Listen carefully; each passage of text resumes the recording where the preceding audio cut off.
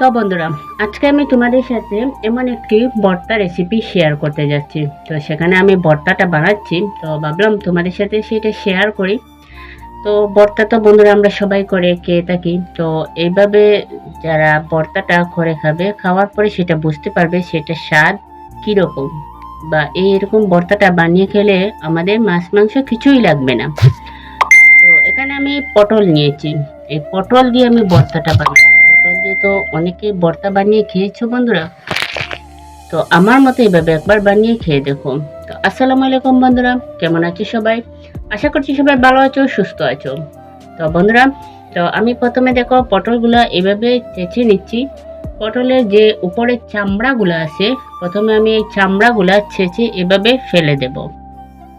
তো বন্ধুরা, যেন আমার ভিডিওটা ক্লিক করেছো, লাইক করো নাই, প্লিজ একটি লাইক করে দেবে। তোমাদের একটি লাইক, একটি কমেন্ট আমার ভিডিও অনেক দূর এগিয়ে নিয়ে যেতে সাহায্য করবে। আর যারা ভিডিও দেখতেছো বন্ধুরা, প্লিজ সবাই ফলোয়াচ করবে। যারা ফলোয়াচ করতেছো, দেখতেছো, তাদেরকে জানাচ্ছি অনেক অনেক ভালোবাসা। তো বন্ধুরা, এখানে আমি পটলগুলা এইভাবে প্রথমে ছেঁচে নেব। ছেঁচে নিয়ে এগুলার মুখটা কেটে নেব। কেটে নিয়ে এগুলা ভিতরে যে গুঁদাগুলো আছে, গুঁদাগুলো আমি ফেলে দেব। বন্ধুরা, দেখতে থাকো, সঙ্গে থাকো, আশা করি ভালো লাগবে।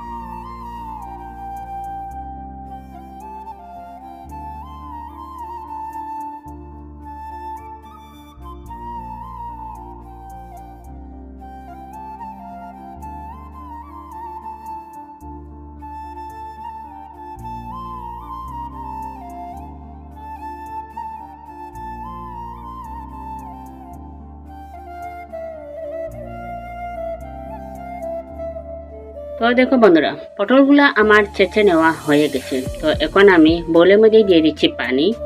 পানি দিয়ে আমি পটলগুলো এভাবে ধুয়ে নেব, কারণ পটলগুলো আমি আগে ধুয়ে রেখেছিলাম ফ্রিজের মধ্যে।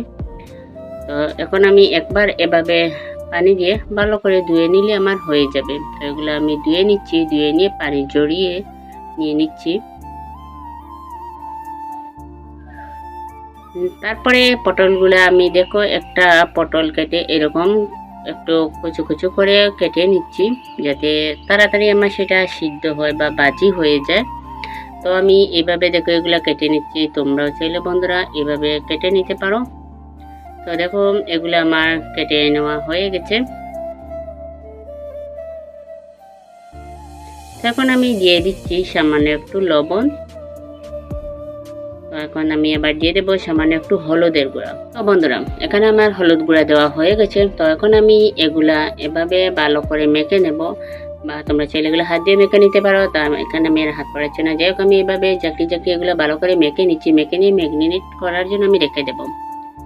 তো যাই হোক, চুলার মধ্যে বসিয়ে দিয়েছি আমি কড়াই। তো আমার কড়াইটা এদিকে গরম হয়ে গেছে। তো এখন আমি কড়াইয়ের মধ্যে তেল দিয়ে দিচ্ছি। তেলটা দিয়ে আমি কিছুক্ষণ অপেক্ষা করব তেলটা গরম হওয়ার আগ পর্যন্ত।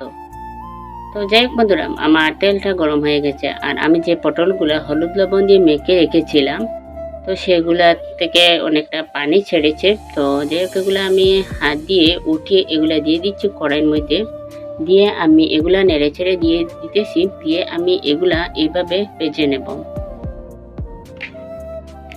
তো দেখো এখানে আমার অর্ধেকটা ভাজা হয়ে গেছে। তো এখন আমি সেগুলা নামিয়ে নিচ্ছি। নামিয়ে নিয়ে বাকি যেগুলো আমার পটল রয়ে গেছে তো আমি সেগুলা দিয়ে দেব ভাজার জন্য, দিয়ে আমি সেগুলাও এভাবে ভেজে নেব। তো বন্ধুরা, তোমরা যদি চাও তাহলে যে পটলের যে বোকাটা ছিল সেটা দিতে পারো, সেটা দিলেও ভর্তাটাও খেতেও স্বাদ হয় বা ভর্তাটাও সফট হয়। আর আমি এখানে দেই নাই, কারণ আমি এটা শুধু বোকা ছাড়াটাই আমি পটলটা ভর্তা করেছি।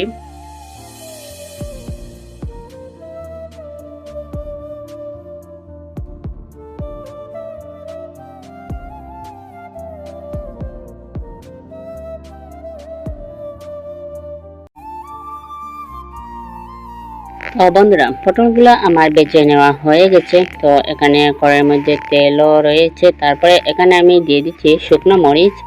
শুকনা মরিচ এখানে আমি 6-7টা দিয়েছি। দিয়ে তো আমি শুকনা মরিচগুলা বেছে নিচ্ছি। তো জালটা যে যেরকম খাবে বন্ধুরা ঠিক সেই রকম দেবে। তো আমাদের যেভাবে খাওয়া হয় বা আমাদের ঘরে যেরকম খায় আমি ঠিক সেই রকম মরিচগুলো দিয়েছি। তারপরে এখানে আমি দিয়ে দিচ্ছি পেঁয়াজ। এখানে একটা পেঁয়াজ আমি কুচি করে কেটে নিয়েছি। কেটে নিয়ে পেঁয়াজগুলো আমি ভেজে নিচ্ছি। তো দেখো বন্ধুরা, এখানে আমার পেঁয়াজটাও অনেকটা ভাজা হয়ে গেছে। হওয়ার পরে তারপরে আমি এখানে দিয়ে দিচ্ছি কাঁচা মরিচ। এখানে আরও 4-5টা মরিচ নিয়েছি। নিয়ে আমি এগুলা একটা মরিচকে 4 কলি করে কেটে নিয়েছি। তারপর এখানে মরিচগুলো দিয়ে দিচ্ছি, দিয়ে পেঁয়াজ মরিচগুলো আমি একসাথে ভেজে নিচ্ছি। তো সেগুলো আমার ভেজে নেওয়া হয়ে গেছে। এখন আমি পেঁয়াজের এই কাঁচা মরিচগুলো আমি তুলে নেব। তুলে নিয়ে তেলটা আমি একটু ছেঁকে নেব। তো এখানে দেখো আমি পেঁয়াজ কাঁচা মরিচগুলো নামিয়ে নিয়েছি প্লেটের মধ্যে, আর শুকনো মরিচগুলো আমি একটু গুঁড়ো করে নিয়েছি। আর যে তো এখন আমি দিয়ে দিচ্ছি স্বাদমতো লবণ। লবণটা আমি অল্প দিচ্ছি, কারণ আগে আমি লবণটা দিয়ে মেখে রেখেছিলাম।